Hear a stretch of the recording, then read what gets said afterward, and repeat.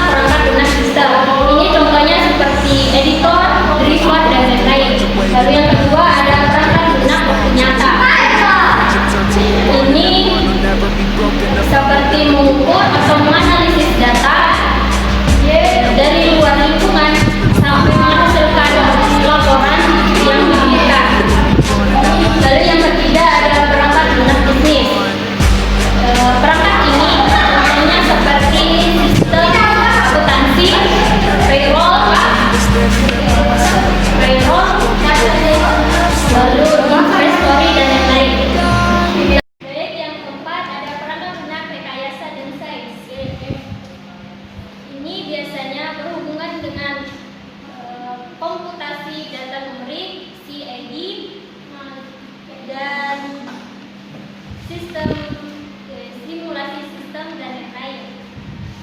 Lalu yang kelima ada embedded software. Ini biasanya berhubungan dengan room. Contohnya seperti tombol di microwave oven. Lalu yang keenam ada perangkat lunak komputer pribadi.